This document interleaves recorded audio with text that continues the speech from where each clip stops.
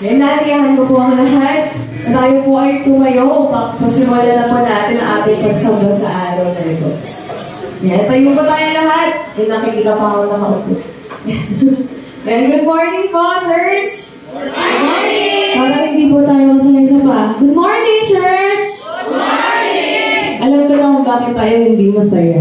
Hulaan ko. Kasi nanakawan ka. Ayan.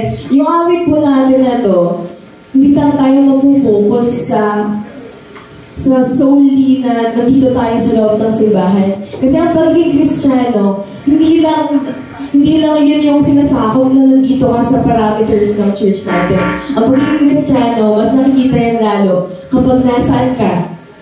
Pag nasa labas ka. Ayan, tama po. Kaya yung awit natin na to, pinapakita nito na dapat kasi may pakailan ka sa nangyayari sa paligid mo. Dahil ang pagiging Kristiyano ay pagiging Pilipino rin. Dahil Pilipino ka, hindi ka lamang Kristiyano. Kaya itaas natin sa araw na to ng ating bayan, ang ating bansang Pilipinas ay walang ibang Diyos na pinupuri, kundi ang ating Panginoon lamang. Tama ba yan, church? Amen ba? Amen.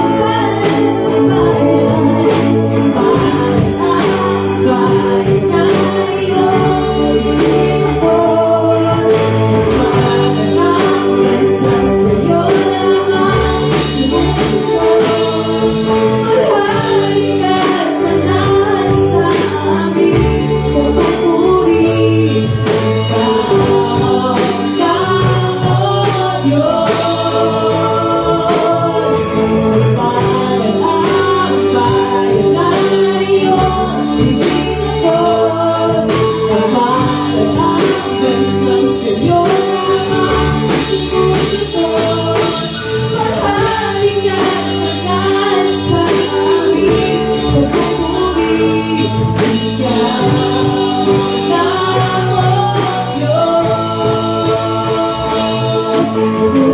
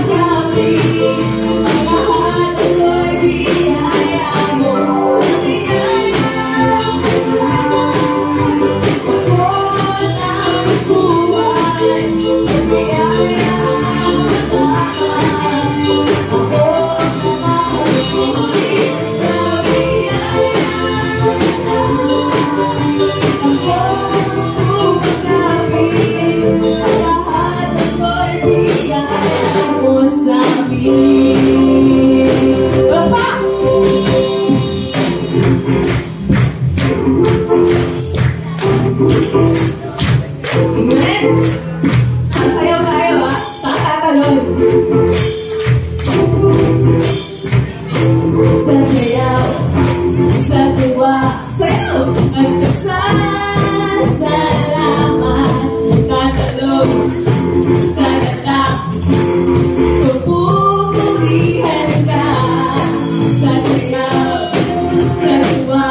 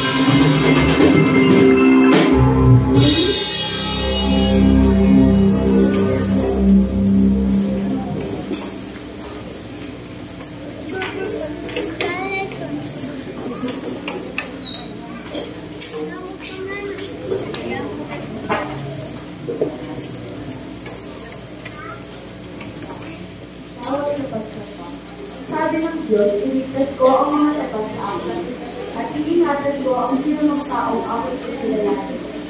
Kapag sila'y tumawag, lagi handa ako na sila'y pakinggan. Aking sasamahan at kung may problema, ay sasakladuhan. Aking ililigtas at ang bawat isa ay pararangalan. Sila'y bibigyan ko at gagantipalaan ng mahabang buhay at nakakatiyak tatamuhin nila aking kaligtasan.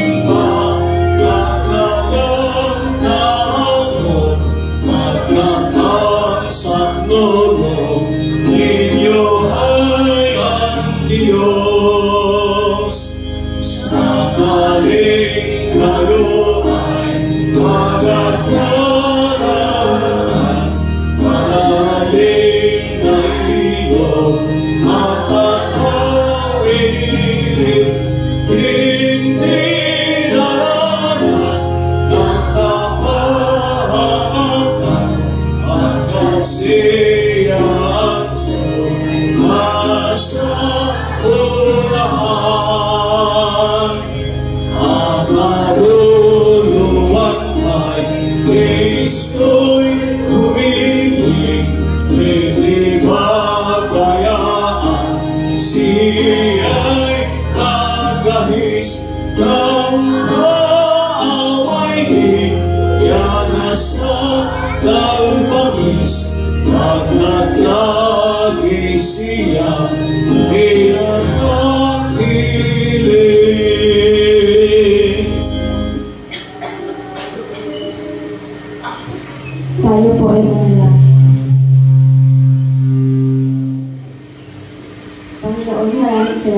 sa araw na pinagsama-sama niyo po kami sa inyong bahay-sambahan upang matuto at makinig ng inyong salita.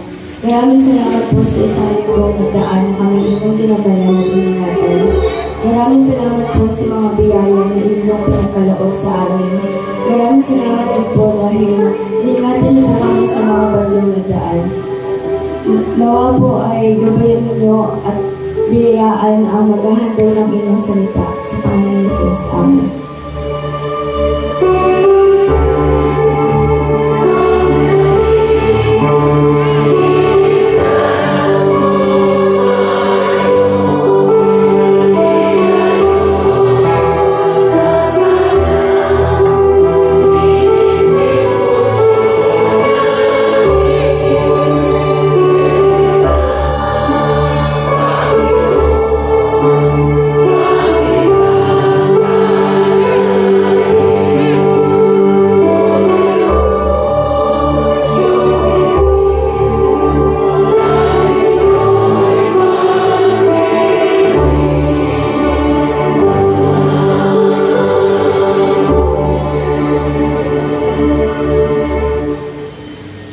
Sa katunayan, may malaking ang pakinabang sa relihiyon kung ang tao'y marunong masiyahan. Wala tayong dinalang anuman sa sanlibutan at wala rin tayong madadalang anuman pag-alis dito.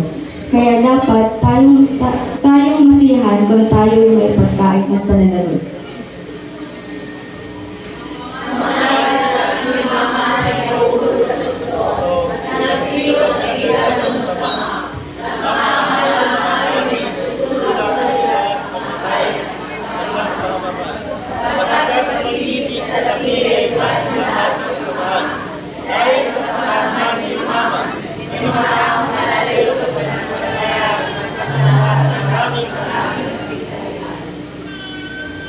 Ngunit ikaw na lingkod ng Diyos, umiwas ka sa mga bagay na ito.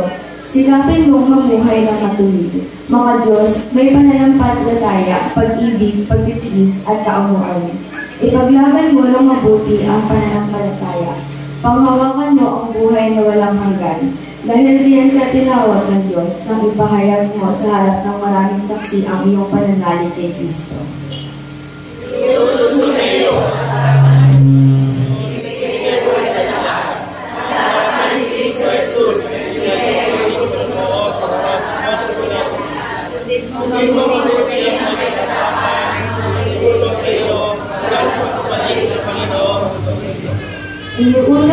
iyo sa harapan ng Diyos na nagbibigay buhay sa lahat, at sa harapan ni Kristo Jesus na nagbigay ng mabuting patotoo sa harap ni Poncio Pilato. Sundin mong mabuti ng may katapatan ang mga iniutos sa iyo hanggang sa pagbabalik ng Panginoong Jesucristo.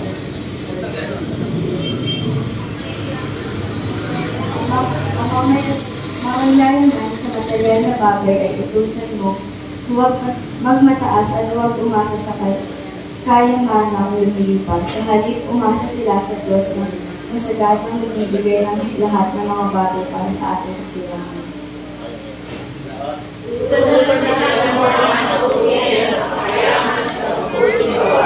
Maging mga salat at tuloy sa awa. Sa iyo na makakaging ko sila para sa mabuting relasyon sa inaharap. Makakaon nila ang tunay na buhay.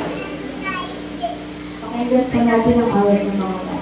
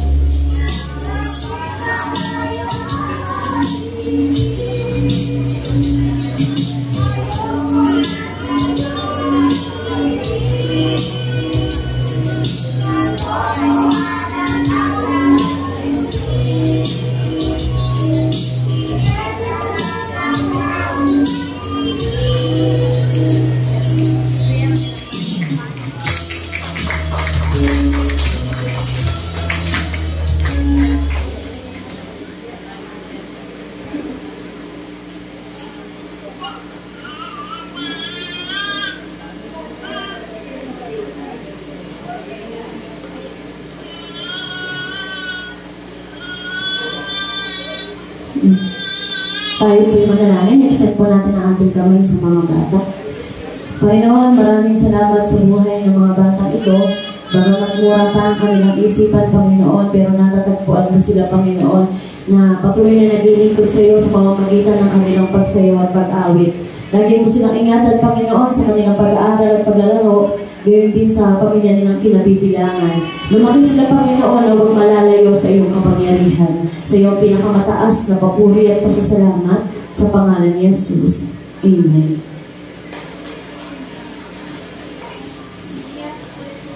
Tayong lahat ay tumindig upang bigyang galang ang pagbasa ng banal na kasulatan. Mula sa Lucas 15:1-10, ganito ang sinasabi. Maraming maniningil ng buwis at iba pang mga itinuturing na makasalanan ang pumunta kay Jesus upang makinig sa kanya. Kaya nagreklamo ang mga Pariseo at mga tagapagturo ng kautusan. Sinabi nila, ang taong ito'y tumatanggap ng mga makasalanan at kumakain kasama nila. Kaya kinuwentuhan sila ni Jesus. Kung kayo ay may 100 tupa at nawala ang isa, ano ang gagawin ninyo? Hindi ba tiniwan ninyo ang 99 sa pastulan at hahanapin ang nawawala hanggang sa makita ninyo? At kapag nakita na ninyo, masaya ninyo itong papasanin pa uwi. Pagkatapos, tatawagin ninyo ang inyong mga kaibigan at kapitbahay ninyo at sasabihin sa kanila, makipagsaya kayo sa akin dahil nakita ko na ang nawawalang tupa. At sinabi ni Jesus, ganoon din sa langit. Masayang-masaya sila roon dahil may isang makasalanan nagsisisi kaysa sa 99 na matuwid na hindi nangangailangan ng pagsisisi. Halimbawa naman, may isang babae may 10 salaping pilak at nawala ang isa. Hindi ba't sisindihan niya ang ilawan? Wawalisin ang bahay at hahanapin mabuti ang nawawalang salapi hanggang sa makita niya ito. Pagkatapos, tatawagin niya ang mga kaibigan at kapitbahay niya at sasabihin sa kanila, makipagsaya kayo sa akin dahil nakita ko na ang nawawala kong salapi. At sinabi ni Jesus, ganoon din sa langit. Masayang-masaya ang mga anghel ng Diyos dahil sa isang makasalanang nagsisisi. Pagpalain tayo ng Diyos sa pagbasa ng banal na kasulatan.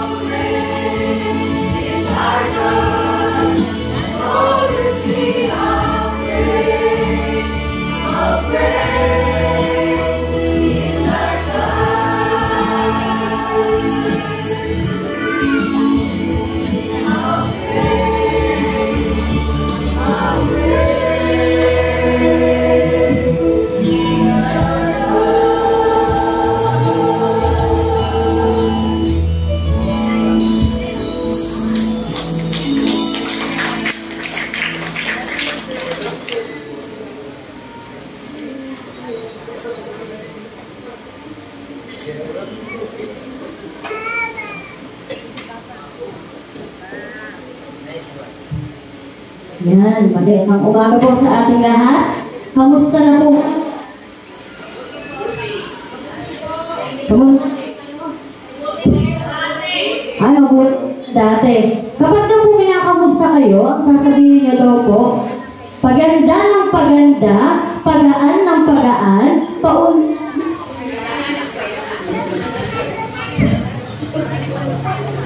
Hello.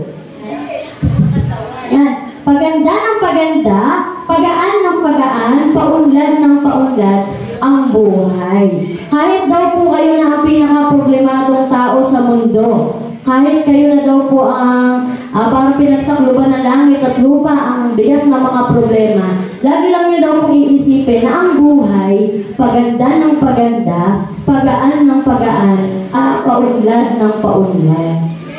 Amen.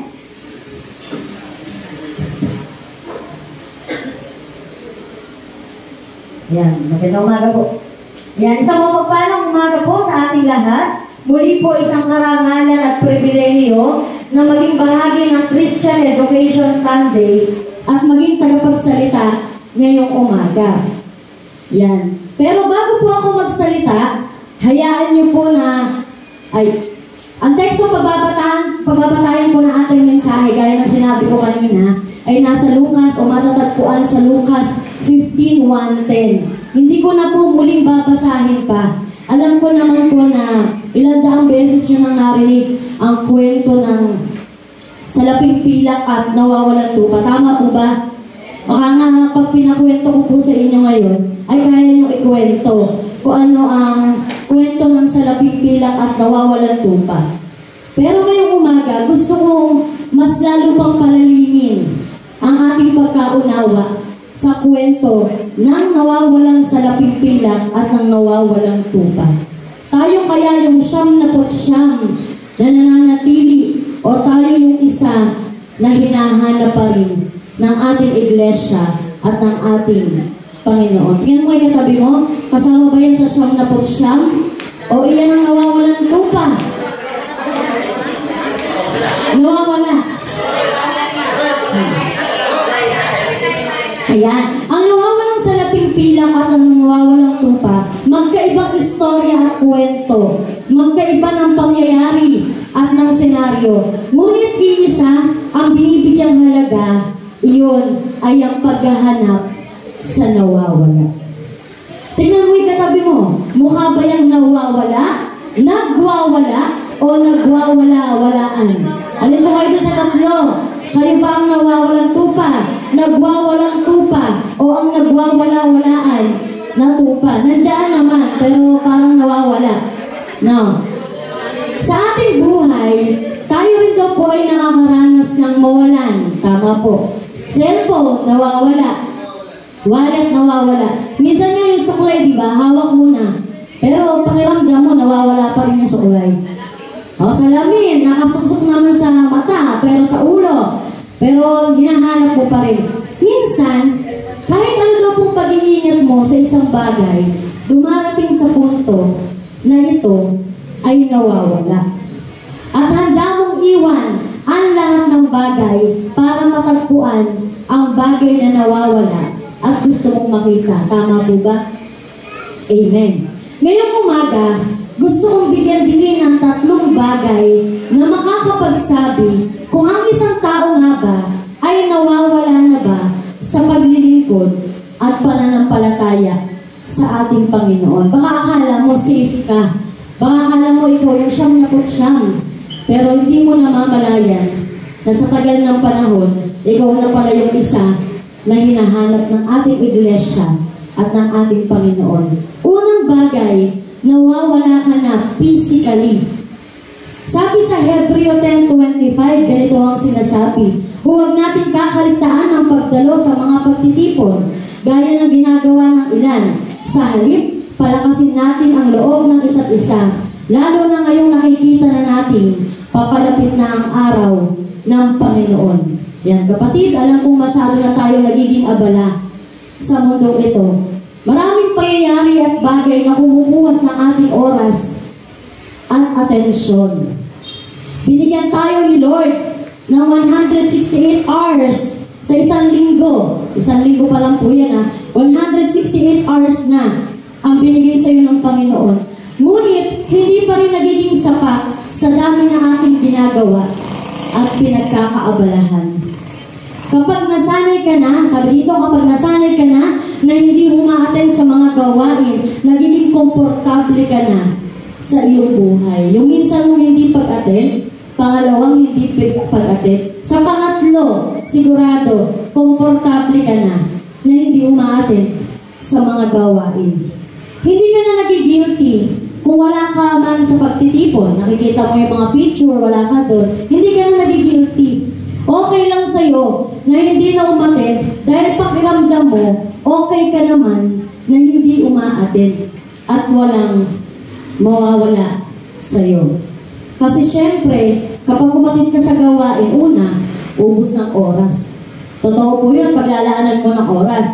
Sa Maya po, 6 ang gawain, pero inaabot tayo ng minsan 10. Syempre, marami pa doon yung kwentuhan namin. Kumbaga, yung gawain namin dapat every second Friday of the month. Pero ginawa namin every Friday.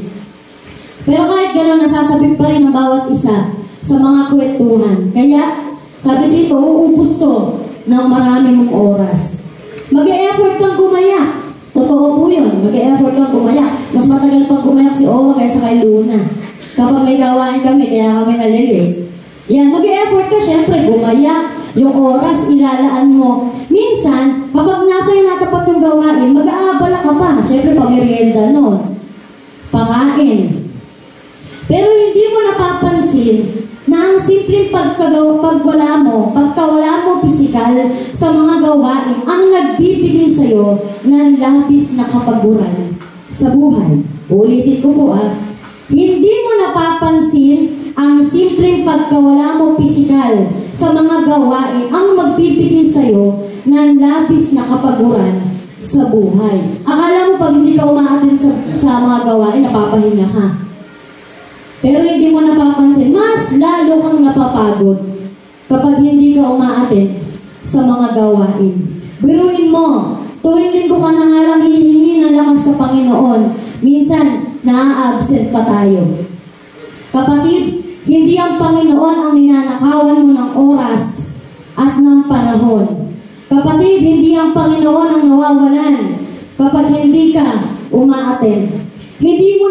Kundi ninanakawan mo ang sarili mo ng karanasan ng mga bagay na inihanda sa iyo ng Panginoon. Hindi mo mapapaglinlangan ng Panginoon. Halimbawa, hindi ka aattend. Hindi naman si Lord ang mawawalan. Kundi ikaw mismo sa sarili mo ang mawawalan ng mga bagay upang maranasan mo ang mga bagay na inihanda sa iyo ng Panginoon. Ninanakawan mo ang sarili mo ng oras at pagkakataon upang mapalalim mo ang paglilingkod na mo sa Panginoon. Lagi natin sinasabing wala tayong oras. Marami tayong kailangan tapusin at gawin. Ipapahinga na lang natin kesa umattend tayo. Minsan talaga sumasagin sa mga isip natin, ipapahinga ko na lang kaysa umattend pa sa mga gawain. Pero kapag dumating ang pagkakataon na pinitik na tayo ng Panginoon, buti sana kung pitik lang baka mamaya dumating ang pagkakataon, napalo na tayo ng Panginoon, yun ang mas mahirap. Pag dumating ang pagkakataon na pinitik o pinalo na tayo ng Panginoon, baka doon pa lang tayo umattend sa lahat ng gawain at mabigyan siya ng oras. Minsan hinihintay pa natin yung ganun na minsan gusto pa natin napipitik tayo ng Lord para lagi tayo maglingkod at sumama sa mga gawain. Kapatid, hihintayin mo pa ba ang panahon na yon? Sa lahat ng ating ginagawa, hindi ang Diyos ang nawawalan, kundi tayo mismo. Pangalawang bagay, nawawala emotionally.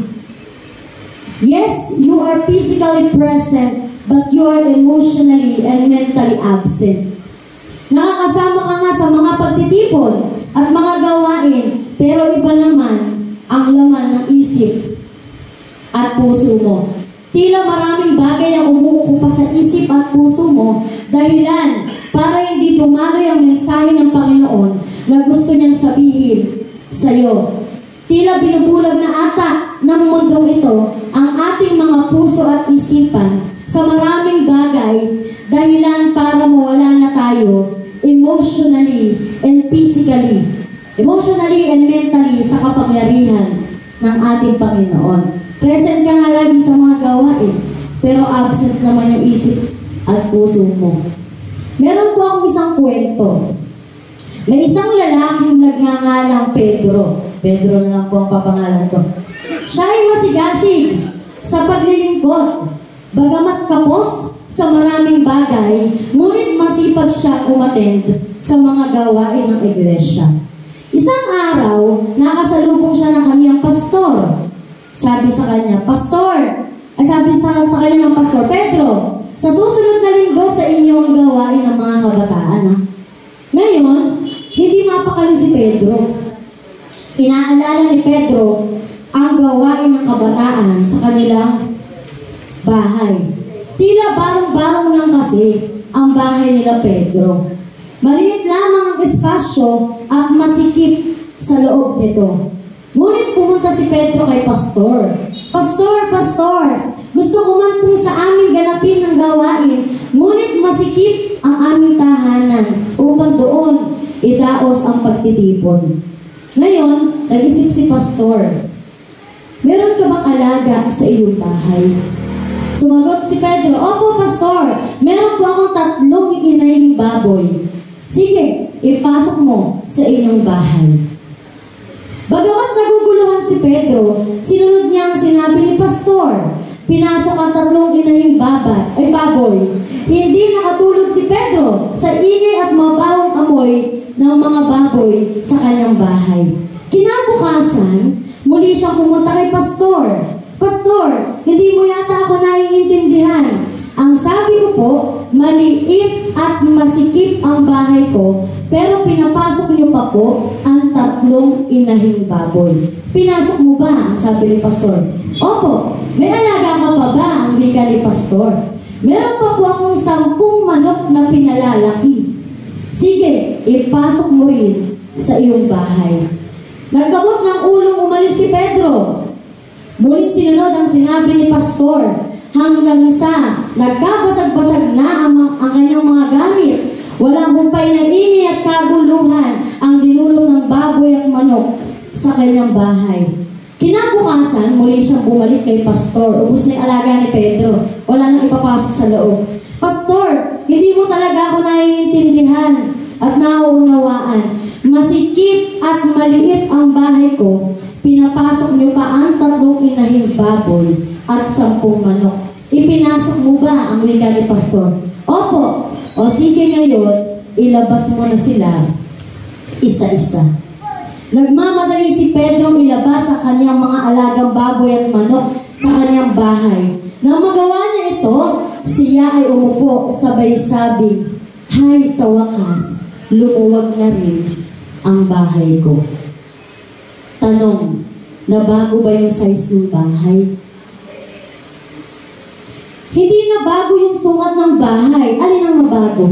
Yung pagtanaw ni Pedro sa buhay. Minsan, sa ating buhay, hindi sapat na umaattend lamang tayo sa mga gawain. Minsan hindi sapat na nakasanayan na lang nating sumimba. Minsan hindi natin namamalayan na hindi nga tayo nawawala physically, pero nawawala naman tayo emotionally at mentally sa paglilingkod sa ating Panginoon. Gaya ni Pedro, masyado na tayo nakatutok sa material na bagay. Gaya ni Pedro, masyado na tayong nadadala ng mga bagay na hindi naman natin kontrolado. Noong una, sikip na sikip si Pedro dun sa bahay niya. Pero bakit nung pinapasok ni pastor lahat ng alaga niya at inilabas, nabanggit niya yung salitang, hay sa wakas, lumuwag na yung bahay ko. Gaya ni Pedro, masyado na tayong binubulag ng maraming bagay dahil para mawala na yung tunay na kahulugan kung sino nga ba si Yahweh sa ating mga buhay. O, alin na po kayo doon? Una, nawawala ka ba physically? Pangalawa, nawawala ka ba emotionally o mentally? At pangatlo, pinakamahalaga at pinakamabigat, nawawala ka na sa pananampalataya gradually. Ibig sabihin, hindi mo namamalayan na unti-unti ka nang nawawala sa alab ng paglilingkod mo sa ating Panginoon. Tingnan mo nga yung katabi mo, sabihin mo, hindi na ikaw yan. Hindi na ikaw yung dating masipag. Hindi na ikaw yung dating babad sa paglilingkod na para pag ginawa mo ng tahanan ng kapilya. Hindi na ikaw yung dating aktibo sa mga gawain. Paano mo nga ba malalaman? Ito daw po. Paano mo daw ba malalaman na unti-unti ka nang nawawala sa kapangyarihan ng Panginoon? Una, sa lahat ng ginagawa mo, hindi ka na nababahala kung ito ba ay kagustuhan ng Diyos o hindi. Kumbaga, malapit ka na daw pumawala dun sa paglilingkod o pananampalataya mo sa Panginoon kapag hindi ka na nababahala kung ang ginagawa mo ba ay kagustuhan ni Lord o hindi. Kumbaga, pag may ginawa ka sa isang tao, hindi ka na nagigilty. Kumbaga, nakapagsalita ka na masakit na salita, hindi ka na nagigilty sa puso mo. Kumbaga, okay na sa'yo, natural na sa'yo magsalita ng masasakit na bagay sa isang tao. Pangalawa, lagi mo dadawin una ang gusto mo kaysa ang nais ng Panginoon. Kaya unti-unti ka na daw nawawala sa pananampalataya kapag lagi mo nang inuuna ang gusto mo kaysa ang gusto o nais ng Panginoon. Inilalagay mo na sa kamay mo ang batas na para bang ikaw ang magaling at mahusay, na madali ka nang magpasya at maghusga ng iyong kapwa na para bang walang Diyos na nakakakita ng lahat ng bagay. Kumbaga, akala mo ikaw yung magaling, ikaw mahusay, ikaw makakaresolba ng lahat, na hindi mo na napapansin na para bang wala ng Diyos na nakakakita ng lahat ng bagay. At pangatlo, unti-unti ka nang nawawala sa pananampalataya nang hindi mo namamalayan kapag mas pinahahalagahan mo na ang makasanlibutan kaysa sa Kanya. Nag-aalala ka na sa maraming mga bagay. Masyado na tayong binubulag ng mundo. Masyado na tayong pinapagod ng mga nangyayari sa ating bansa, sa buhay natin, sa ating pamilya, sa mga tao sa paligid natin, at masyado na tayong pinapagod, ikaw mismo, sa sarili mo. Kapatid, gaya na nawawalang gintong pilak at tupa, minsan, tayo rin ay nawawala ng hindi natin namamalayan. Minsan, nawawala na rin tayo physically. Minsan, nawawala na rin tayo mentally at emotionally. At minsan, nawawala na tayo sa pananampalataya gradually. Pero lagi nating babalikan yung una nating pagkakilala sa ating Panginoon. Yung kung kay Lord tayo, kay Lord tayo. Kasi hindi daw po tayo tatanggapin sa langit kung tayo ay maligam-gam. Halimbawa, half tayo sa sanlibutan, half tayo kay Lord. Hindi tayo tatanggapin sa langit. Kung natatagpuan man natin ang ating sarili na nawawala, nagwawala, at nagwawala-walaan, nawa ang mensahe ngayong umaga ang maghatid sa atin pabalik sa paglilingkod natin sa Panginoon, sa Diyos lahat ng papuri.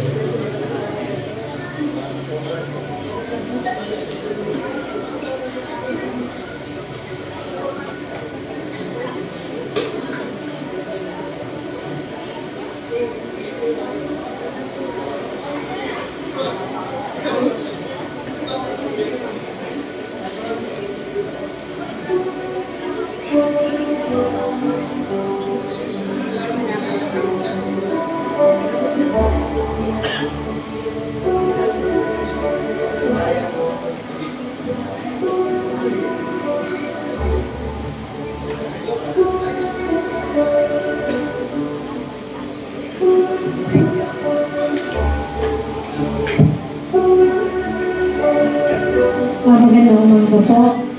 Pangalawang pagkakataon ko na ito na mapapatotoo sa kabutihan ng Panginoon. Naano po ako sa sinabi ng Ninay kasi last week, yung pagiging steward natin. Hindi po lingid sa inyong kaalaman ang kalagayan ko. Noong una, nung wala pa po akong sakit, karanasan ko po sa paghahandog. Ito yung medyo bata-bata pa ako, ng mga nasa 30s, 40s. Basta dumating po ang operate plate, hahanapin ko rin yung buo sa wallet ko. Lagi siyang 20. Ganun lang yung alam ng pag-handle ko nun. Ngayon din po yung pagbibigay ko ng ikapo. Ang lagi ko po binibigay na ikapo ko nun kalahati lang sa loob ng isang buwan. Tapos pag may promotion, sabi ko kay Lord, Lord, nagparang ako, ikaw na bahala. Alam niyo po, yung magpaparang ako noon, 1 take lang, napopromote ako. Hindi ako dumodoble ng pagpaparang. Basta nanalangin ako kay Lord, binibigay niya. Akala tuloy ng mga kasamaan ko, may bakit ako sa debit kasi ito magpaparang ko, nakakapasok ako. Pero hindi po yun ang panalangin ko kasi sabi ko, Lord, pag nagparang po ako ngayon, ikaw na po ang bahala. At tinutupad po yun ng Panginoon. Kaya lang, siyempre pag na-promote ka, nadaribigyan yung sweldo mo. Pero yung sweldo po, yung ikapo na binibigay ko sa Panginoon, nakapix pa rin sa 50%. Yung dadating ang katapusan. May nangyayari pa nga na, kasi minsan pinakapos ka din. May month na hindi ako nakakapagbigay ng ikapo. At yun po ay nararamdaman ko kasi pag hindi ako nag-iikapo, lalo na nun, lagi akong kapos. Kahit dalawa kami nagtatrabaho ng asawa ko. Pero,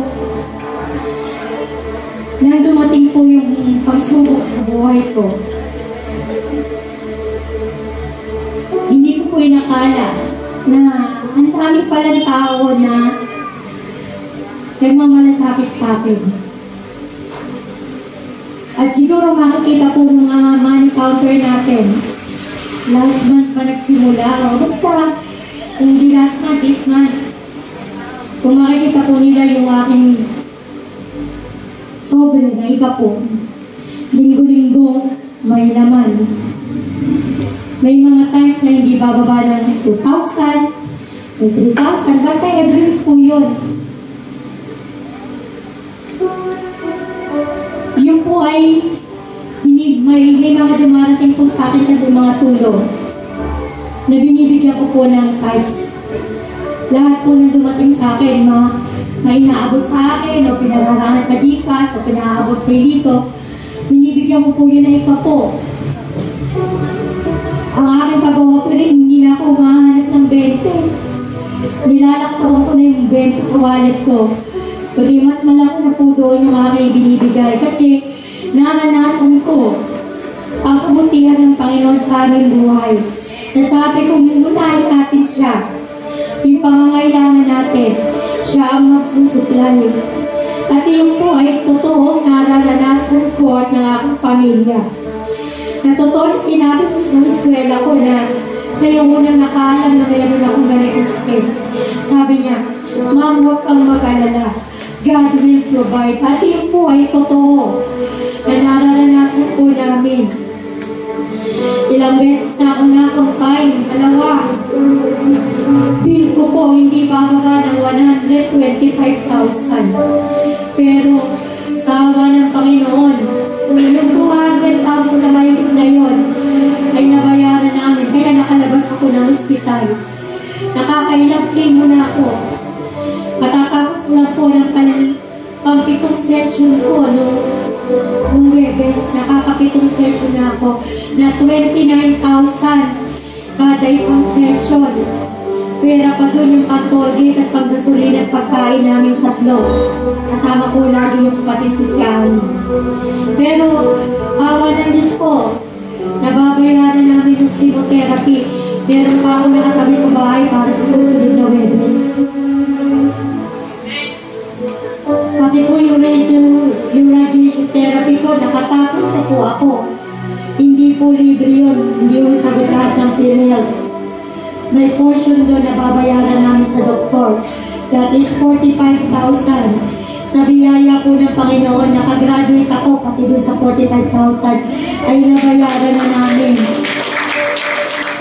At pinag-aarahan po namin ngayon ay yung aking susunod na chemo sa Webes. at yung magiging PET CT scan ko sa October 16. Na hinihiling ko po sa inyo na ipanalangin nyo rin ako na maging maganda sana ang resulta ng aking PET CT scan. At sa biyaya din po ng Panginoon, yung PET CT scan na yun ay aabuti ng 61,000. Yung 60,000 po, binayaran na ni Lord. 1,000 na babayaran po sa hospital. Kaya sinusubo ko po kayo mga kapatid. Maging tapat po tayo sa paghahandog sa Panginoon, lalo higit sa ating ikapo. Kasi yun ay sa Kanya. Huwag natin nakawin. Nasa Bible naman yun, hindi yung dinagdalang ni Pastor o na sino pa mga gagawa. Subukan po natin maging tapat tayo sa Panginoon at hindi tayo magkukulang. Napapansin ko lang po kasi, huwag po kayo magagalit sa akin, ano? Napapansin ko lang po kasi lalo na sa ating mga kabataan, sa ating maliliit na bata. Kapag dumarating ang opening plate, dumadaan lang, hindi tayo nagbibigay. Huwag sabihin ng mga kabataan natin na estudyante kayo. Kasi araw-araw may baon kayo sa magulang nyo. Kayang-kaya nyo magtabi kahit maliit lang na halaga para iandun nyo kung araw ng linggo sa Panginoon. Diba yung babae yung balo? 2 kusing na lang ang pera nila. Pero pinili pa niya ibigay sa Panginoon. Nagkulang ba sila? Diba pinayayaan sila ng Panginoon higit pa sa kailangan nila? Kasi po nung bata kami, natatandaan ko, elementary grades kami. Sinanay ko, basta pupunta kami sa kapito. Pinibigyan kami ng bebeching ko yata. 25 centimos, minsan gis lang. Para pag nagsatis ko ng mga bata, nakakapagbigay kami sa offering. Kasi noon ang mga bata, nag-o-offering pala sa time ng Sunday school, hindi karamihan. Doon po kami nasanay. Kaya nung nagdalaga na, nagkaan na, kung makinagastos, hindi na nagbibigay si nanay sa sarili na namin. So napakaganda po na yung mga kabataan. Tingnan nyo kung maghandog kayo sa Panginoon. Yung bawon nyo. Isipin nyo, paano may naipambili ko dito ito na yung bawon ko. Kasi ang Panginoon ang magpo-provide. At lalo-lalo na po yung ating ikapo. Kung tayo po ay nagbibigay ng kapasita po, pati mga kabataan, gaano bawon nyo sa isang linggo? 100, 20 isang araw kasi yung mga anak ko nakatapos ng grade 6 yan, 20-20 lang bawon yan. Kung makano 10% ng 20, 2 piso? Sa 2 piso kada linggo, makano sa isang buwan? 8. Minsan pag 5 yung linggo, magiging 10. Gaano lang yung 10 piso na isang estudyante na ilalagay mo sa sobre mo na ikapo? 10 piso lang, di ba? Pero pag nangyayari, dumaraan ang opening date, nakaganyan lang sila. Panahon ng pagbibigay na ikapo, nakaupo lang din sila. Wala silang dinadala. Bakit? Hindi kasi sila nasanay. Sino may pagkukulang? Yung kabataan o yung magulang? Si pastor ba may pagkukulang? Dapat po, sabi nga, turuan mo ang bata sa daang dapat niyang lakaran. At nang siya ay lumaki, hindi niya ito kakalimutan. Saan nasanay ang bata? Saan nasanay ang mga kabataan? Saan nasanay ang mga kababaihan? Iba, Maya, hindi marunong magandog sa Panginoon. Pero paglabas ng samba, pupunta sa tindahan, bibili ng soft drink, bibili ng mga kakain, bibili ng tinitinda dito sa loob ng kapilya. Pero yung paghandog, kinakalimutan nila. Di ba mga kabataan? Pansin ko po yun. Noon na hindi ako nagsasalita, baka mami magalit sa akin. Pero kailan pa ako kikibo? Kailan pa tayo magsasabi sa kanila kapag wala ka na? So inaamo ko yung mga kabataan, mga mayan, kababayan, kalalakihan. Subukin niyo po ang Diyos. Kasi ang Diyos, totoo sa kanyang mga salita. Pag sinabi niya hindi ka niya iiwan, hindi ka niya pababayaan, at ibibigay niya sa iyo ang mga pangangailangan mo. Isa po akong buhay na patotoo. Wala po akong nagagastos mula simula na ako'y nagkasakit. Inuso na. Ilang beses ako sumawag sa paluwagan. Okay. Ay, 28,000 pa lang po yung nagagastos ko sa aking pagpapagamot. Ilan na yung nagagastos sa akin ng Diyos? Mahigit kalahating milyon na. Pero patuloy pa rin dumadating ang biyaya ng Diyos. Nagugulat na lang ako minsan. Abutan ako ng nila ko, abutan ako ng kasama ko. Di po ba napakasarap? Hindi ka hihingi. Hindi po ako nangingi sa kanila. Kundi kusa po yung kanila pag-aabot sa akin ng tulong. Yung mga tita ko na hindi ko inaasa, alam ko nangangailangan din sila. Pero maging sila pa rin po ay nag-aabot ng tulong sa akin. Kaya ako nagpapasalamat ako sa Panginoon. Kasi tinutupad niya sa akin yung pangako niya. At sana sa ating lahat, maging hamon po ito. Dahil ang Diyos kailanman hindi nagdadamot sa atin. Matutunan natin ito pa rin. Yung ating ipinangako sa Kanya. Ganun din yung ating pusang loob na pagbibigay. Huwag naman magbibigay. Sabi kasi ni Ma'am Dana, magbigay. Tapos dumadabog naman. Masakit sa puso. Ay wala akong kwenta yun. Nagbigay ka man. Punod ka naman. Hindi ka lulugdan ng Panginoon. Ang nais ng Panginoon, magbigay ka ng bukal sa iyong kalooban. Magbigay ka ng masaya. Hindi, ang ikapo ko ngayon, 3,000. Naku, ang dami ko na mabibili dito sa Osay. 1 linggo na namin pakulang. Pero dahil gusto mo panayan ng Panginoon at tuparin mo yung pangako sa Kanya, ibibigay mo ito ng maluwag sa iyong kalooban. Subukan mo 1 linggo. Hindi ka kakapusin sa pangangailangan mo. Gagawa ang Panginoon ng paraan para matupad niya yung pangako niya sa iyo. Hindi mo kailangan manghingi sa ibang tao.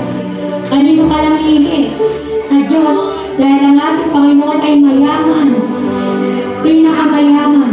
At ang kaya na ibigay sa iyo ay hindi mo kayang bilangin. Matuto ka lang magtiwala sa Kanya.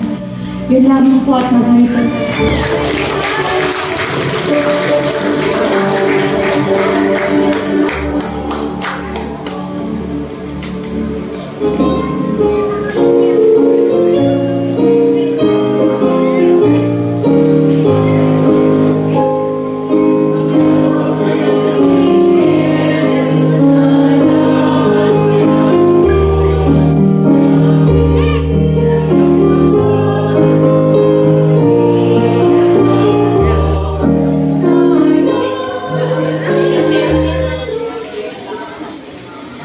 Magandang umaga po sa bawat sa atin.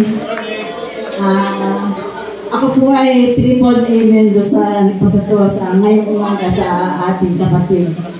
At ngayon naman po umaga, kaya po ako tumayo, ay nagpapasalamat po ako sapagkat natapat pa sa araw na linggo yung aking birthday.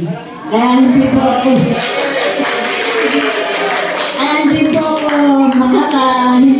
hindi tumayo sapagkat magpapasalamat ako sa Panginoon sapagkat patuloy niya akong binibigyan ng buhay at may kasamang kalakasan.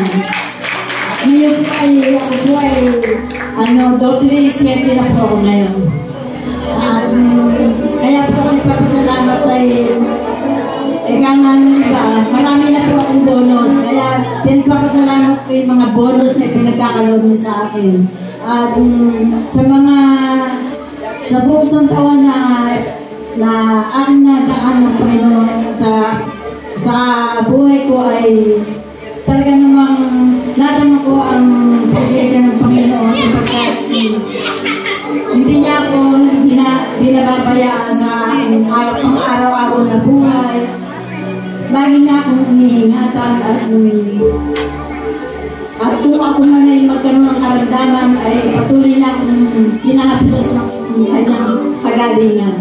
Kaya ako ay patuloy na hanggang ngayon ay talagang tunay na ang pasalamat ko ay abot-abot sa ating Panginoon.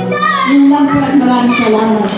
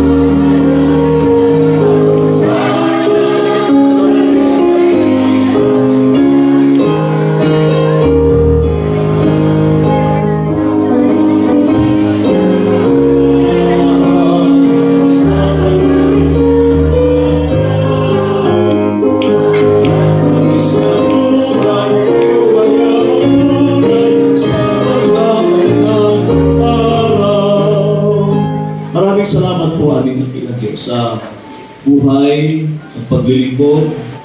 Alam namin hindi po ganun ka-linis, hindi ganun kapatag. Minsan, madalas ay lumalakad ang aming buhay sa mga bako-bakong landas. Minsan gusto namin, minsan din naman ay maraming malalim na kadahilanan. Subalit salamat po, laging bukas ang inyong pintuan, ang inyong kawan, upang kami ay makapasok sa inyong kaluwalhatian. Maraming salamat po sa buong linggo na muli mo kaming pinagpala, inaruga sa araw-araw sa kabila ng kakulitan namin, sa kabila ng katigasan ng ulo ng mga tao. Hindi ka nagsasawa, muli kaming sinupin, tawagin at kausapin sa iba't ibang kaparaanan, tapikin upang kami paalalahanan. Salamat po sa huling linggo ng buwan na ito ng Christian Education Sunday. Wala na aming inawit kanina na isang matibay na pundasyon, malalim na pundasyon upang hindi uuga-uga ang aming pananampalataya. Hindi uuga-uga ang aming mga desisyon. Hindi kahit ano pong mangyari ay paninindigan namin na laging kabahagi ng inyong mga programa, gawain, Bible studies, prayer intercessor. Alam namin hindi po nauubos ang mga kadahilanan. Pero kung aming gugustuhin, mas pipiliin namin na tulungan ka, suportahan ka, at mahalin, pagmalasakitan ang inyong iglesia. Salamat po, Katilang Diyos. Salamat din sa inyong mga anak na sumapit sa kanilang mga arawan at wedding anniversaries. Salamat po sa panibagong buhay, lakas, talento, talino, oportunidad, hanap buhay at kabuhayan. Lahat po ito ay galing sa inyong Panginoon. Wala po kaming pag-aari dito. Ito po yung mga pansamantalang pagpapahiram lamang sa amin. Gustuhin mo dakilang Diyos na isin namin na maging mabuting katiwala po kami, Panginoon. Sana po, ingatan namin, pakaingatan namin. Hindi ito sa amin at nawa po, lahat ng aming tinatangkilik, lahat ng nasa amin ay pag-ingatan namin dakilang Diyos. Maging ang aming mga mahal sa buhay na nasa ibayong dagat. Dalangin namin, hindi man sila namin nakakasama dito. Maaari ito'y online, mapanood nila dakilang Diyos. Patuloy namin silang italaga sa iyo. Mahirap po ang malayo sa pamilya. Huwag lamang kami humingiti sa tuwing sila nagpapadala. Napakahirap dakilang Diyos. Sinupin namin, pangalagaan namin, at lalong higit ang mga biyayang ito, ang mga pinansyal na ito mula sa mga bata. Maturuan namin sila kung paano magkaloob. Kami po mismo, sapagkat once, halos isang beses, sa isang linggo, 4 beses, sa loob ng isang buwan lamang namin masasabing maituturo sa kanila. Kami mga magulang, ang mga mas nakakalamang ang panahon namin sa kanila. Mas higit ang aming maigugugol na panahon sa kanila. Ituro namin sa kanila, Panginoon. Sa aming mga kabataan, hindi kami naniniwala na bilang Diyos na wala kaming may pagkakulong sa iyo. Sapagkat karanasan ko rin po dumaan ako sa pagiging kabataan. Na kapag sino may mga natitira pa sa baon, nawa po, makita namin ang kahalagahan ito dakilang Diyos. Hindi lamang sa mga gadgets, hindi lamang sa mga faith na pinagkakabalahan ng mga kabataan ngayon. Samantalang sila nasa eskwelahan, ang aming mga obserbasyon sa aking paglilibot, mga estudyante nag-aaral pa lamang, subalit nag-vape na, nagyoyosi na, umiinom na, may barkada na, nakikipagpaligsahan na sa pananamit, nakikipagpagalingan, nakikipagpayamanan din, sumasabay sa kanilang mga kapwa kabataan na nakakaluwag sa buhay. Dakilang Diyos, nawa po mabali ang mga baluktot na katwiran na ito. Tulungan po ninyo kami, Panginoon, sa ating mga magulang magmumula ang pagtutuwid at pagtuturo sa kanila.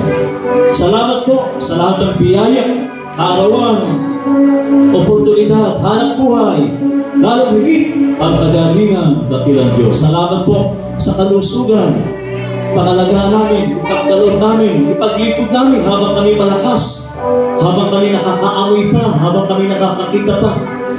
Huwag namin sayangin, Panginoon, ang panahon. Huwag namin sabihin, malakas pa kami, hindi pa kami enterado, hindi pa kami allowed dyan na sumali sa mga prayer intercessor. Pang senior lang yan. Hindi pa kami allowed na dumalo sa mga midweek services. Pang matatanda lang yan, pang may edad lang yan. Huwag namin sabihin dakilang Diyos, sapagkat kapag dumating sa amin ang karamdaman, ihanda namin ang aming kalooban dakilang Diyos. Nawa po habang malakas kami, magising na kami sa katotohanan. Mauntog na kami sa katotohanan. Maliwanagan ang aming isip, aming puso, na habang malakas kami, ipaglilingkod namin ang buhay sa iyo at sa iyong minamahal na iglesia. Salamat po muli. Ito po ang aming samang dalangin sa makapangyarihang pangalan ni Jesus. Amen.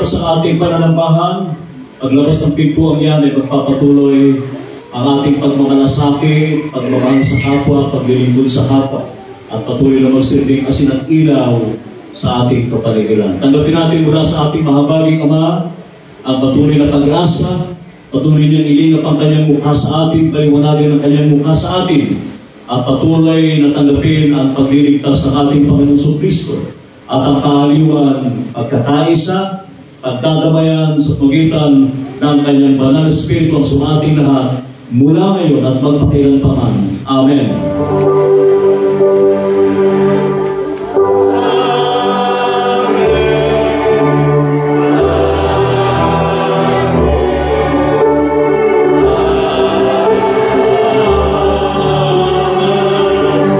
Ang pangalan ng Diyos, pagkakaroon ko kayo lahat sa inyong mga tahanan, sa mga stewards kayong umaga. Kasama din po natin ang dulo ng donation. Salamat po, para pagkatin natin sila mga kapatid. Kumain tayo ang marami at tayo. Salamat po. House pa. Ayan, happy Sunday po. Tunay na nakaka-bless ang ating pagsamba ngayong umaga. Nawa ay naging bibig natin ito sa buong isang linggo. Paalala lang po sa bawat